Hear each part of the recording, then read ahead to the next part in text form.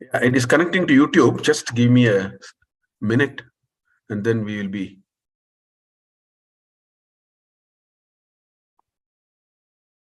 Okay.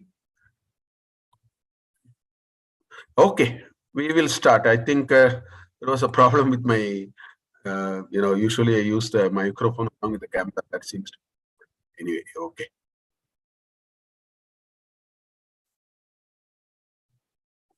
Yeah. So as I was saying, we are just at the end of the first Mundaka. So in the first chapter of the Mundaka, we started with the first two mantras where Brahma taught this Brahma Vidya to, Atharva to Angi and so on. Finally, it came up to Angirasa. So the knowledge flows down. Then Shaunaka asked the question, Kasmin Vijnate Sarvumitam Vijnatam Bhavati iti. That was the third mantra in the first chapter. And Angiras very quickly answered it by defining what is Paravidya and Aparavidya. And then in a little more detail, he talked about the creation process. So the 9 mantras which formed part of the first chapter consisted of that. Then we move to the second chapter of the Prathama Mundaka, which is the Dvitiya Kanda. So Dvitiya Kanda is all about the Karma Marga or Karma Kanda, if you want to say it that way. It talked about some of the intricate details of it. There were a mention of 7 types of Agni: Kali, Karali, Spulangita, Sudumra, Lochana. Like that, there are 7 types of Agnis and so on. Then we also saw a few mantras in terms of what are some of the benefits of this Karma Kanda and what are the limitations. Andena niyamana etandaha, as though the blind is, leading the blind. So the Upanishad is somehow trying to say that Karma Kanda is probably an endless chakra in which we will be there. So that's how the first 9, 10 mantras are in the second chapter. And therefore, there is this feeling that something needs to be done about it. So that kind of a thought. That's where we actually stopped. So very quickly to tell you, so the flow of knowledge, Atharva to Angi, Angi to Satyavaha. So from Satyavaha, it went to Angiras, and Shaunaka actually asked that question to Angiras and so on. There were this creation process, which we also saw in the first chapter. There are 3 very nice analogies, if you may recollect, that were used to describe the creation process. Yato urnabihi srijate ghrannate cha. Yes, the spider uses its own material to weave its own web and then draw it also. So it uses that example to talk about how Brahman creates and destroys everything using its own source. So that is where the first analogy came. Second analogy, Yata Prithivyam Oshadayah Sambhavanti. From the earth, there are very different sasyas, different kind of things come out. So that was used to explain that Brahman can create multiple things using the same source. And there was a third example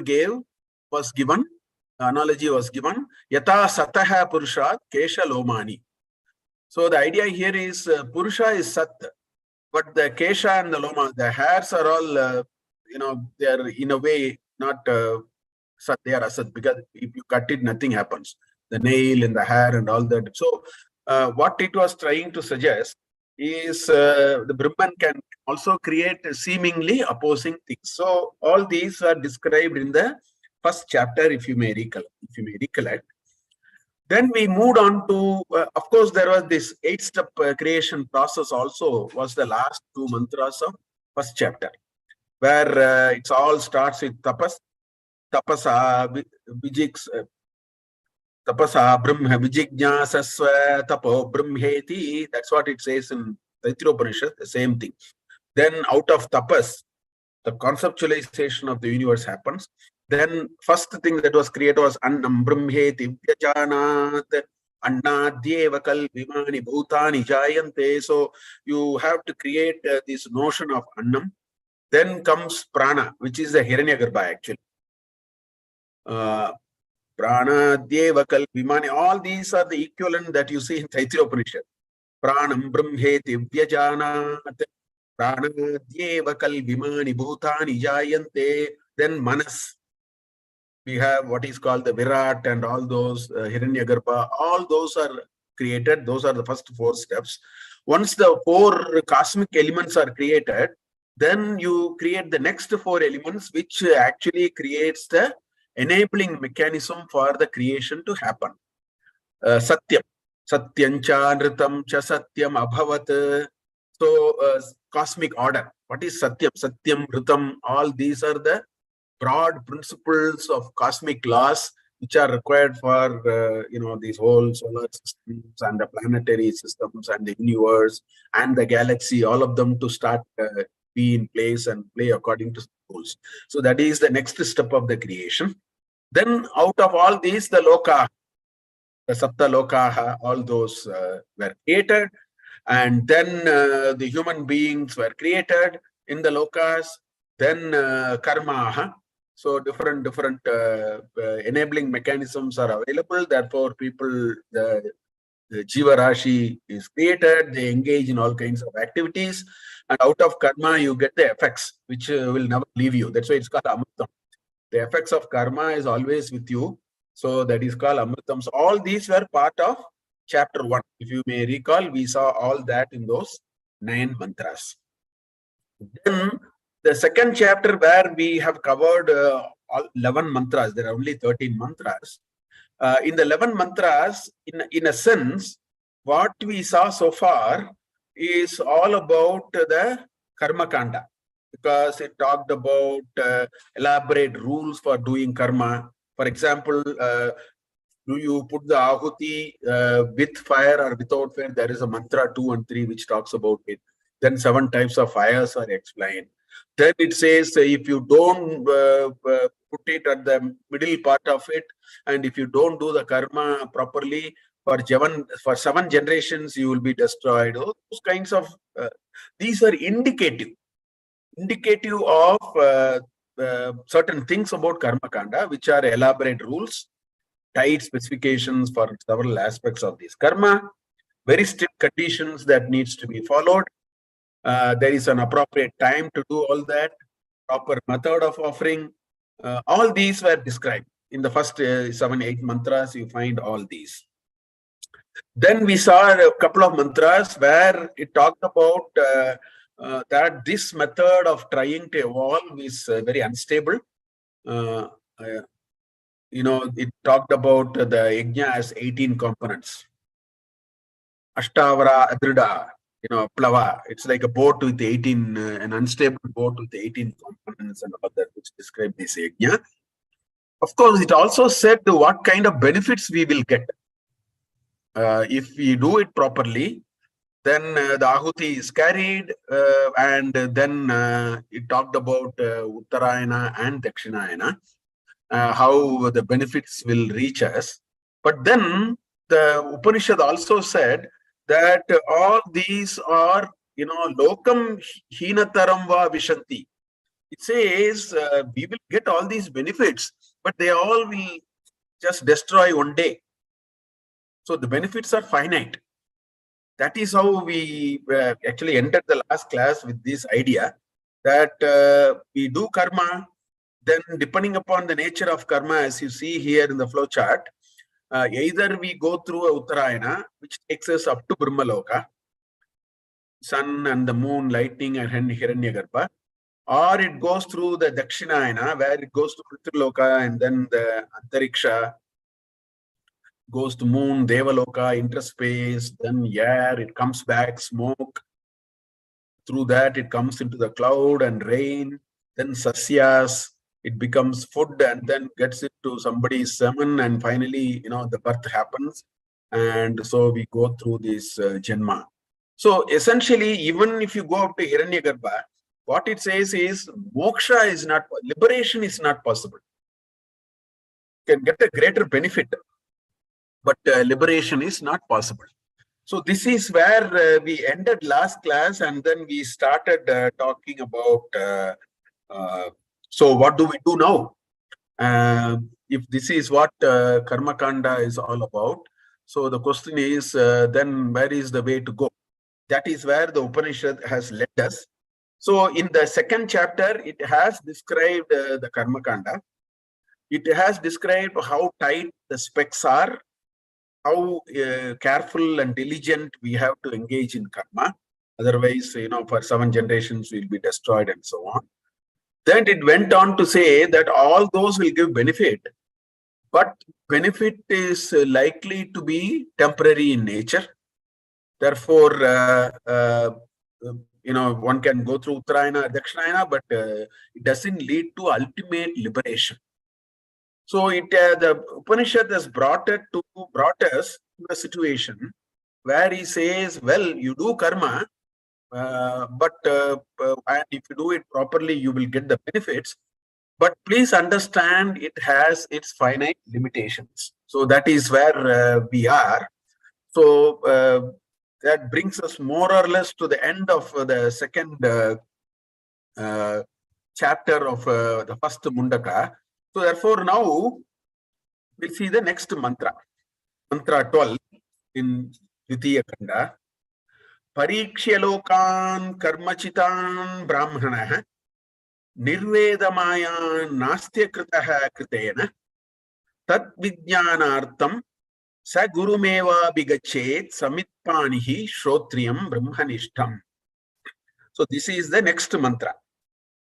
So having gone through this whole idea of Karma Kanda, how one has to be extremely diligent and careful and in engaging in the karma, all that being talked about, of course, with its benefits, which appear to be also finite in nature, which does not guarantee liberation. So what happens now? This mantra brings us to that situation. So what is this mantra saying? Parikshya lokan karmachitan brahmanah nirvedam ayat. Let me do a padacheda of that. There are 3-4 words there. Nirvedam ayat nasti akritaha. That's what that single word. Nirvedamayan nastya kritaha. Nirvedam ayat nasti akritaha kritena. Tat vijnanartam saha gurum eva abhigachet samitpanihi shrotriyam brahmanishtam. So what is it saying? Karmachitan lokan parikshya brahmana. So this person who has very diligently followed this karma kanda, which means going through all that as per which is the Purva Bhaga of the Vedas. The substantive part of the Vedas have all those details of this Karma Kanda in terms of various types of yajnas. We saw it in one of the earlier classes. I showed you the different types of yajnas and so on. You have Pashubandha, Chaturmasya, you have Darsha, Purnama, all these different types of yajnas. Then you have, Aptaryama Soma Yajnas. There are 7 types of Aptaryama Soma Yajnas and these kinds of things. So this Purva Bhaga of the Veda explains that in great details, and this Brahman who has diligently gone through all of them, what does he do? Karmachitan lokan parikshya. This world is nothing but a product of the karma that one person did. It is an outcome or a product of the karma. The world is nothing but the product of the karmas that one engages in. Karmachitan lokan. But the previous mantra showed that only. Depending upon the type of karma, we went through a certain type of lokas and ended up in a certain type of a loka. So one way to understand the world is the world we are in today is something which we got on account of the karmas that we actually brought along with us. That's why this world, means to me and means to every one of us. Therefore, karmachitan lokan parikshya, having examined nirvedam ayat. So this person, after his deep contemplation of what is going on here, nirvedam ayat, he became desireless, or he wanted to somehow get out of these things, and he understands nasti akritaha kritena. Akritaha is eternal, or the liberation, or the divine. Kritena nasti, we don't get it through karma. By doing karma, we are not going to get to that state of eternal freedom. So this person comes to that kind of a conclusion. That's what this mantra is saying. We will see it. Last class, we saw it a little bit. We'll have to revisit this, because this mantra is the most important mantra in Mundakopanishad, because this mantra is the transition from Karma Kanda to the Jnana Kanda. This is the crossover point. So the question is, what did he examine? All those we will have to see. All that this mantra is saying now is karmachitan lokan parikshya brahmana nirvedam ayat. He became desireless on this. Why? Because na asti akritaha kritena. By engaging in acts, he somehow understood that the eternal is not obtained. That is what the first line is saying. And the second line says, Tat Vijnanartham. What is Tat? That eternal liberation, the idea of eternal liberation. Vijnanartham, to know that, Saha, Brahmana, that person, Gurum eva abhigache. He let him go to a guru. And how does he should, and what kind of a guru? Shrotriyam Brahmanishtam Gurum. That Gurum is Dvitiya Bhakti. Shrotriyam Brahmanishtam also is Dvitiya Bhakti. So all of them are the adjective to the Guru. So how is this Guru? Guru is a Shrotriya and a Brahmanishta. Shrotriyam Brahmanishtam Gurum eva abhigachet Samit Panihi. How does he go? He goes with a bunch of Samit in his hand. Samit Panihi. So that is what this mantra is saying.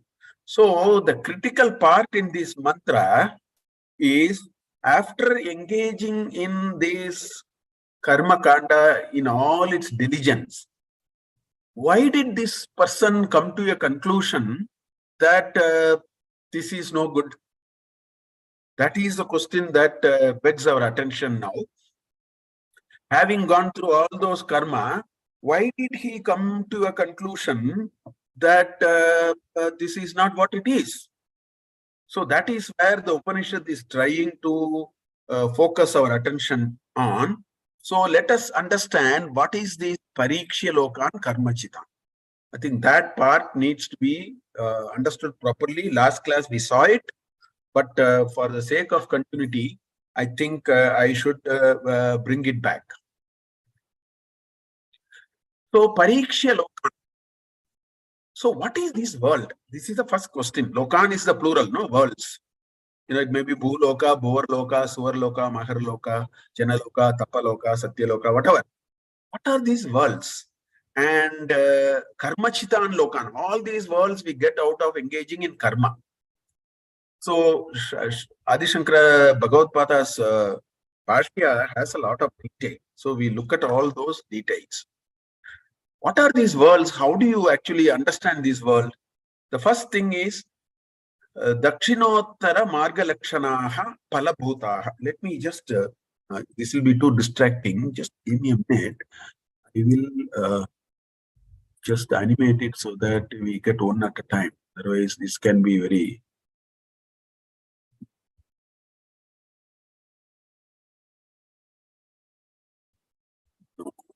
that. Just a minute, because the many things will be distracting for us. So let me just animate it.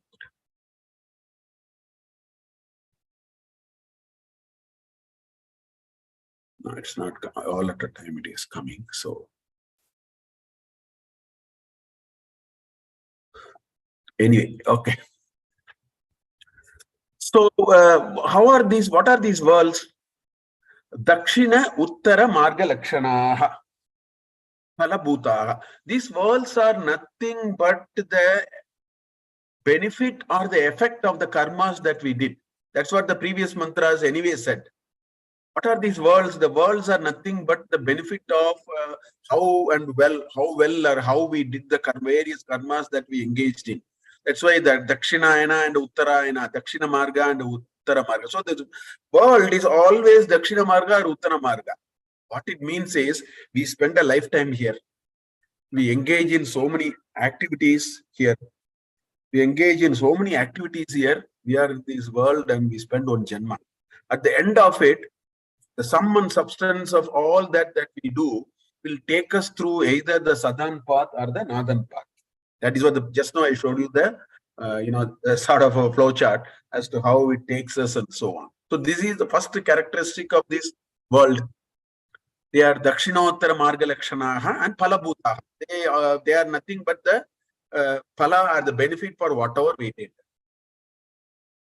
Secondly, where does we go in this world? There are different types of worlds. So where do we go? Vihita Akarana Pratisheda Atikrama Dosha Sadhyaha Naraka Tiryak Preta Lakshanaha. See, we engage in various activities. Knowingly, unknowingly, wantonly, otherwise. But all these activities, this karma, are either Vihita karma or we are sometimes doing Akarana karma. Things we should not do, we end up doing it. Akarana karma or Nisheda karma. Akarana karma is not done in a proper way. Nisheda karma or Pratisheda, Nisheda, all those are those which are to be avoided. We end up doing all that. Or Atikrama, we do more than what should be done. We end up doing something else and all that kind of. So what it is saying is the actions, the karma that we do in our life does not neatly fall into one compartment. It can be Vihita, Akarana, Pratisheda, Atikrama, Dosha. Also, it is Dosha Sadhya. And because moment we engage in karma, it can get into all kinds of things. Therefore, our future birth also can be commensurate to that. It can be, into any forms, Tiryak, Preta Lakshana, in different Naraka, we can end up in some other world and those kinds of things. So this is the world that we are talking about, and this is what we will beget with our actions that we are doing. Then the third Lakshana of that, Samsara Gati Bhutan. This is a continuous process. You do something, you accumulate some karma. So now you have to exhaust the karma. So you have to end up with good karma means you end up somewhere. Bad karma means you have to end up somewhere. So this credit and debit have to be constantly expended. And in the process of expending the credit and the debit, we start accumulating some more credit and debit for the previous reason. Vihita, Akarana, Pratisheda, Atikrama, Dosha Sadhyaha. So what it means is we end up in this samsara chakra. Always we are into this endless cycle of going to this world or that world and things like that. So that is the third lakshana of this loka. Fourth, Avyaktadi Stavarantan Vyakrita Avyakrita Lakshana. So in this journey of our own, this Atma, by virtue of engaging in this action, we go through a whole lot of things, sometime manifested, sometime unmanifested, all that kind of Stavarantan, into different formats and different manifestations. So this is what the actions and karma will always take us through. That is the fourth lakshana. Then the fifth lakshana, Bija Anguravat Itaretara Utpatti Nimittan. This karma, moment we are into karma, which we are all, right? Moment we are into karma, it is always bound by a cause and effect, sort of sambandha, right? So let's say the example of seed and bija and ankura. The Seed is the cause for the tree, and the tree is the cause for the seed. So, it gets into this endless chakra. So, bija, ankura.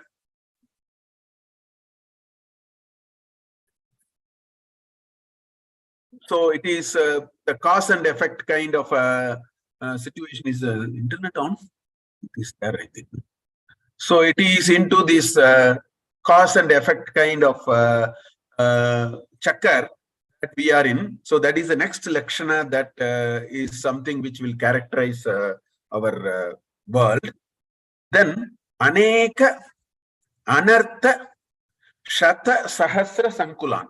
So in this process of engaging in action of all kinds of varieties, which sometimes are in our control, sometimes it is not in our control, it is omission, commission, all kinds of things that we are doing.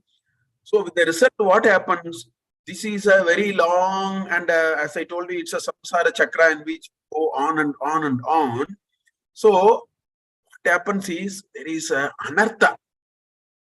It is not artha, it is anartha, which means we end up actually unwittingly or otherwise doing a lot of things which are all anartha, and this is accumulated over shata sahasra. Shata is 100, sahasra is 1000. So 100,000 plus janmas in which we are, this is something very deeply we are accumulating. That's what karma is leading us in. So aneka anartha shata sahasra sankulan. Then kadali garbhavat asaran. See, if you take a kadali garbha is that stem of plantain, banana tree, no? That stem. So if you look at it, you can peel the first layer, then you go in and then you can peel the next layer. If you keep on peeling, layer after layer, it will come. Finally, it will end up with nothing. It will end up with nothingness. It's like peeling the onion also in some ways. So that's why kadali garbhavat asaran. There is nothing you get out of it. Even after so many times going through it, you will end up with nothing worthwhile. That is what it is pointing to. So, kadali garbhavat asaran. There is no sara in this. It is like constantly trying to peel and find out, is there something? Finally, we end up with nothing.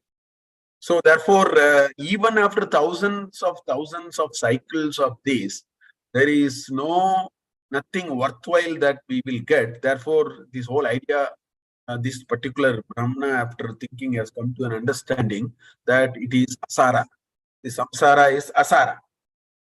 Then, Maya Marichi Udaka, Gandharva Nagara Akara Sopna, Jala Budbuda Pena Samana. There are 3 examples here.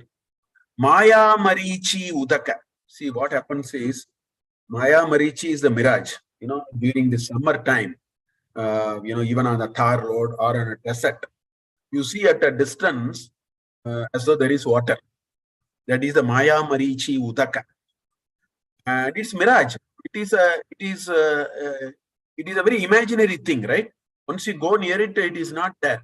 But from a distance, it looks like there is something interesting. So this karma, the world generated out of the karma, which commissions us into much more work and much more of these worlds in a very continuous fashion, is actually, in a way, it says it is like a Maya Marichi Udaka or Gandharva Nagara Akara Sopna, the dream in which you get a fancy, imaginary fancy city on the space. It's all very imaginary. After the Sopna is over, everything is over. It's only at the Sopna level. So they're all myth. They're all not Satya. They're all myth. So like that, this whole effort, however real it may appear to be, as we go through it now, it is like we stepping through a dream.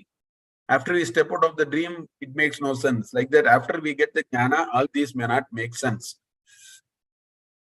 That kind of a thinking. Then, Jala Budbuda Pena Saman.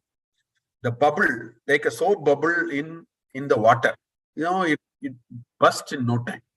When water is gushing, you find there are some bubbles where foam, some bubbles will come, but they will all just go away. So what it is being indicated by this is this so-called world, which is a product of our karma, is a mirage, it is imaginary, and it is of temporary experiences. So this is the next sort of a sort of a thinking. Pratikshana pradvamsan. All these examples given in the previous line, Maya, Marichi, Udaka, Gandharva, Nagara, Akara, Swapna, Jala, Budbuddha, Pena, Saman, all these imaginary, all these are being destroyed from moment to moment. So our experience of the so-called world gets destroyed moment to moment. And what we accumulate is all that which is not permanent. They're all, evaporative in nature. So this person, after going through several thousand rounds of all these, he or she finally comes to a conclusion that this world is something which is having all these features. And Pariksha, how did he or she examine? He examines, uses Pratyaksha, Anumana, Upamana, Agamaihi, using all these Pratyaksha, which is direct perception, then Anumana, then, by or the Upamana, the analogy. So all these methods of pramana, these are the methods of pramana, means of valid knowledge. So using all these ideas of pramanas, using all these means of valid knowledge, this person finally comes to a conclusion that this world is not what would actually give what I am looking for all the reasons explained above. And therefore, that is where this person is comes to a certain conclusion that this is not what it is. Maybe what we are looking is something much more than this. So that kind of a realization out of one's own experience, out of examining those experiences, out of contemplating on all those life experiences that we have had, out of deep contemplation of that, a person must come to this conclusion that this world is all fine, but I don't think that is what is intended for. That's not what for we should be actually coming here. It must be something more than this. So that kind of a feeling, that kind of a situation to which this person comes. So the Shruti, the Upanishad, is bringing us to that point. It says, of course, you engage in karma, but engage properly, engage diligently, do things as ordained in the Purva Bhaga of the Veda. Do it. If you do it, you get benefits, but those benefits are nothing but coming to different worlds.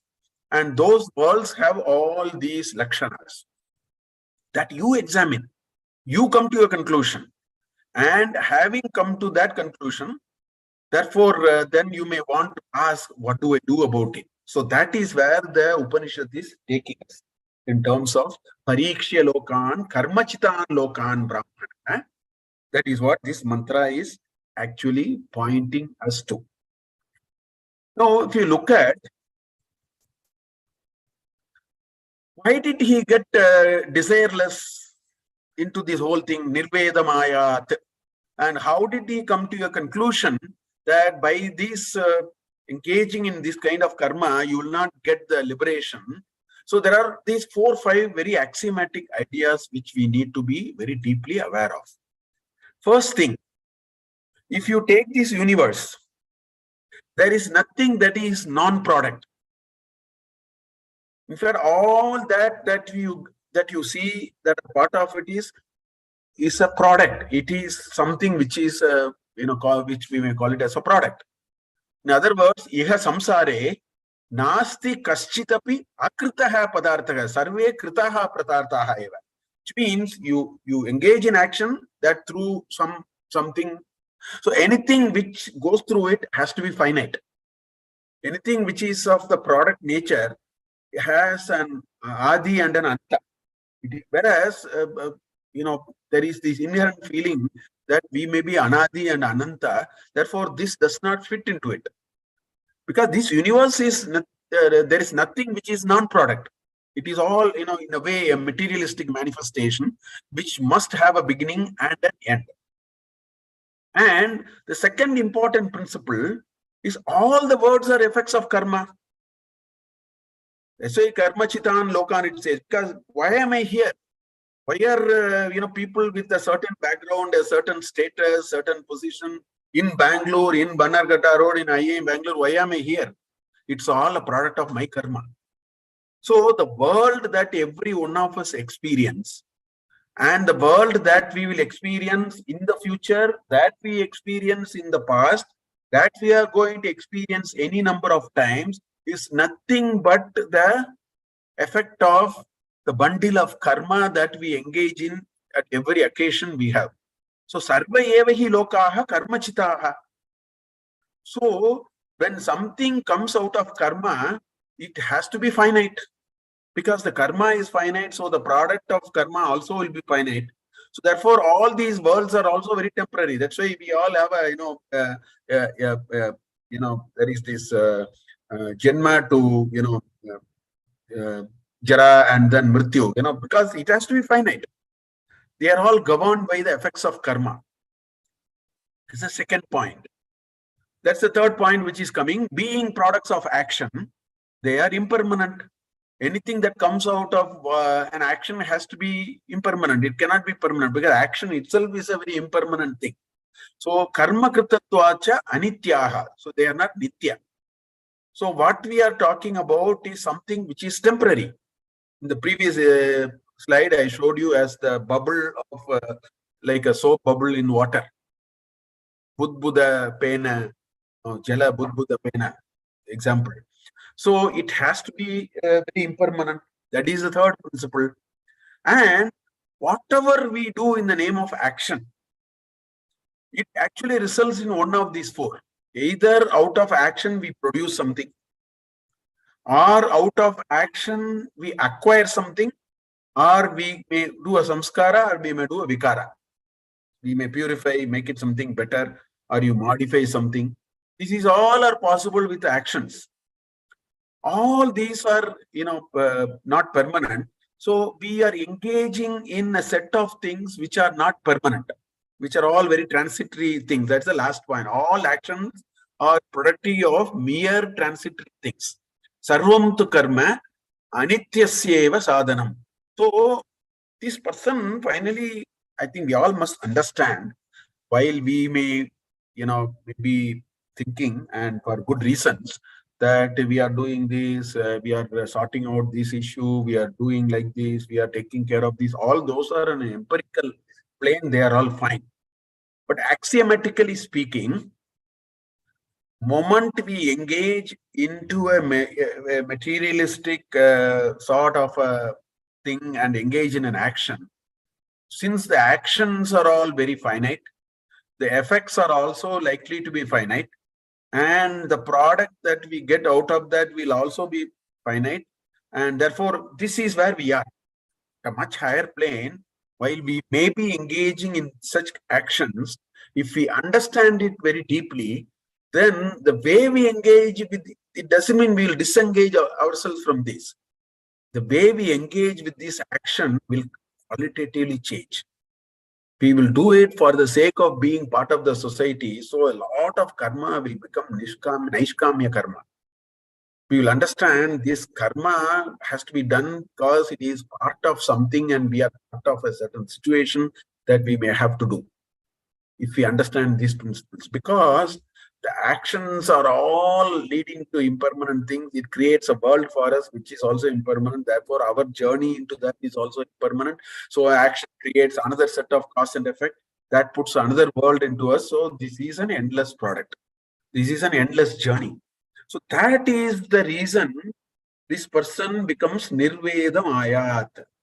So therefore, after deep contemplation, although that person may engage in action, becomes desireless. There isn't very, very deep desire or selfishness in the act. He may engage in the act for the sake of engaging in the act. because that is when the focus and attention gets deeper. So the person starts thinking, well, I need to do all these actions because they are required as part of it. But what do I do for myself? Where is my journey? Let actions happen. Let me partake in that action. But where is my journey? Where am I going? So that thought will slowly percolate into individuals. That is what I think these ideas are actually trying to push us. The Upanishad is actually pushing us into that contemplation, saying that while you engage in action, you need to understand the futility of getting too much stuck with that, too much emotionally and otherwise engaged in. So what happens? Therefore, the karma that we do can be sakama karma. That's one possibility. That is the karma kanda part of it. If you do it properly, and there is a Uttarayana and a Dakshinayana, one can take us through different lokas, and we saw it from Chandogya Upanishad. I showed you a little bit before. Or it can be a nishkama karma, which means karma done without desires. So the mind is purified. In that case, we can go up to Hiranyagarbha. But then the point is that the karma cannot produce jnana. While we can either go into different lokas using the route of sakama karma, or we can go up to what is called the Hiranyagarbha, kramena. Karma cannot produce jnana. In other words, in order to attain moksha, jnana will be required. And if that jnana is not produced by any type of karma, whether sakama or nishkama, we will be in this chakra of samsara. In fact, that is why there are mantras. For example, so anything in a base, therefore, to define what is aparavidya, we started with paravidya and aparavidya. So what is aparavidya? Aparavidya is that body of knowledge, that entire body of knowledge, which will, while it can clean up our mind, chitta shuddhi can happen, while it can give us a better agenda for doing work, but it will not liberate us. Aparavidya cannot give us the jnana, which is the moksha padartha. That we will not. That is one way of defining aparavidya. That's why in the beginning of the first chapter, when Angiras defined what is aparavidya, he put Rigveda, Yajurveda, Vedanga, everything. Why did he put all that? Because he meant that karma kanda part of it, where very detailed procedures are available in terms of how to engage in yajna and what kind of benefits we can get, how diligently we may have to do, and so on. So the point that the Upanishad is making at this stage of chapter 2 of the first Mundaka is that aparavidya is one which cannot develop escape velocity to us. It can bring chitta shuddhi by doing nishkama karma and all that, but it will not develop escape velocity for us to get out of this chakra of samsara. In fact, that's why you have this famous mantra, na karma na prajaya dane na tyage naike amritattvama nashuhu. Na karmana na prajaya.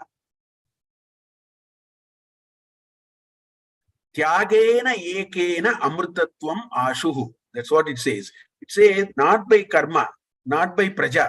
All these will help you in these worldly things. So it can actually, at best, what it can do is chitta shuddhi.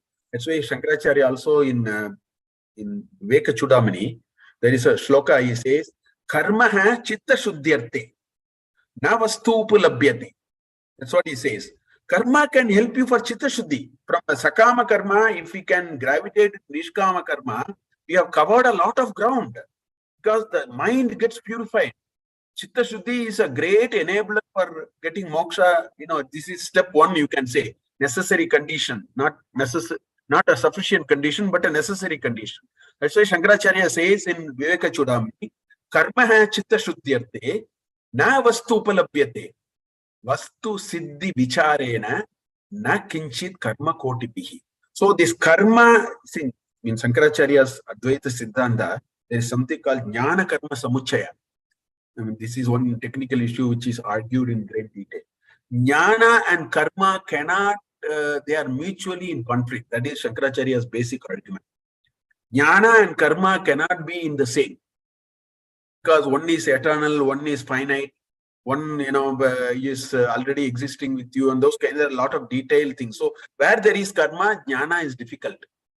And karma is not physical action. Karma is a situation in which while you may engage in action, your mind is completely out of it and you are now ready to receive the jnana. So that is that, meaning of going beyond the karma. So that's why na karmana na prajaya danena. Even with dhana you can't do. Tyagena ekena amritatvam ashko. That's what that mantra is. So therefore, apara vidya is those which further the idea of only this, something to do with karma, maybe, slightly cleaner karma, but no moksha. We also must understand why this is important. Look at this lakshana of karma pala. Because this world is nothing but the pala of the karma. Good karma, bad karma is a different issue. So the karma pala ends in three things. Either acquisition of material riches, or preservation of what is attained, or grieving on what is lost. That's on one side of the story. Because karma gives you something. Now the question is it with me properly? Have I lost it? This is one set of things that happens with karma pala. The other thing that happens with karma pala is it suffers from three basic infirmities. It suffers from three basic defects. First defect is it is always mixed with pain. When you say karma pala, the karma pala is not sukha alone is given. Sukha and dukkha are mixed and given to you. So Krishna again and again says, Tama dukkha sukha swastaha samalostashma kanchana. Manapa manayos tulya mitrari pakshoga, like that, so many things stays. So the karma pala is always pleasure mixed with pain. You cannot ask for only pleasure. It is binding in nature. Once we get used to something, we find very difficult we lose our sense of freedom. Today it looks like we cannot be without a TV, we cannot be without a mobile phone. For some people, they cannot be without a social media page. They cannot be without a certain other thing. So what is actually luxury becomes a necessity. So this karma pala has this second infirmity, which is it binds an individual rather than liberates. The degrees of freedom gets reduced. This is the second element of karma pala. And the third element of karma pala is it is finite and unending. We want more and more of it, but it is finite. It is not an infinite. There is a law of diminishing return also, which sets in very soon.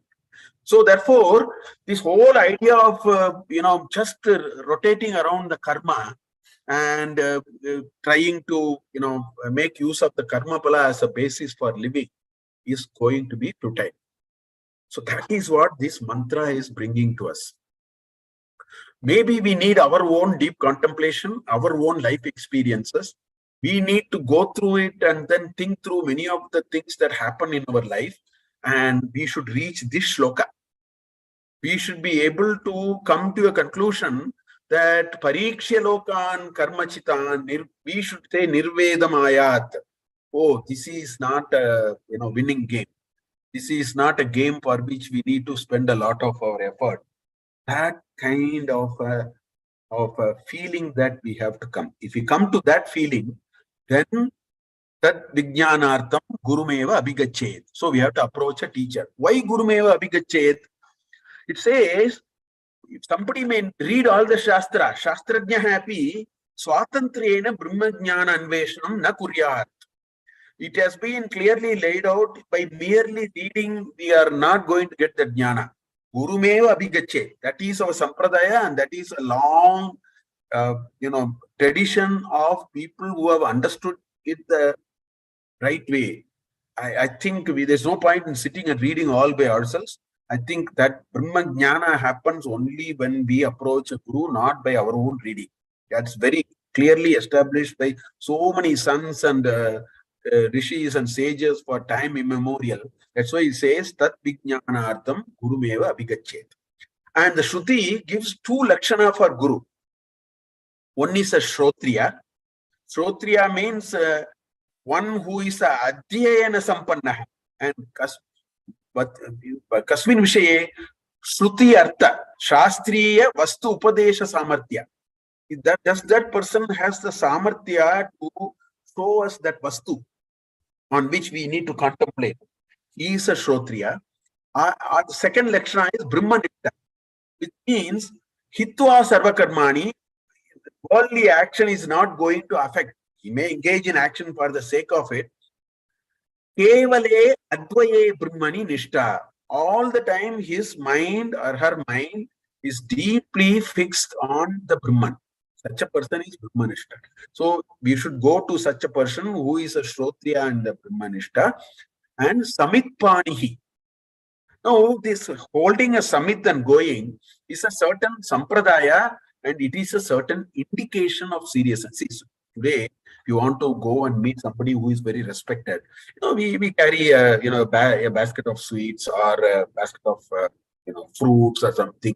There is a tradition. If you have to do a particular thing, you indicate it by a certain way. You actually, you take some goodies and see somebody and so on. In the same way, if you have to go to a guru and inform the guru that I am very serious about the learning, that is indicated by carrying a bunch of samit. And what it indicates, Shraddha Vinayadi Sishya Guna Upalakshanartham Idam. It indicates that I have Shraddha and I have Vinaya.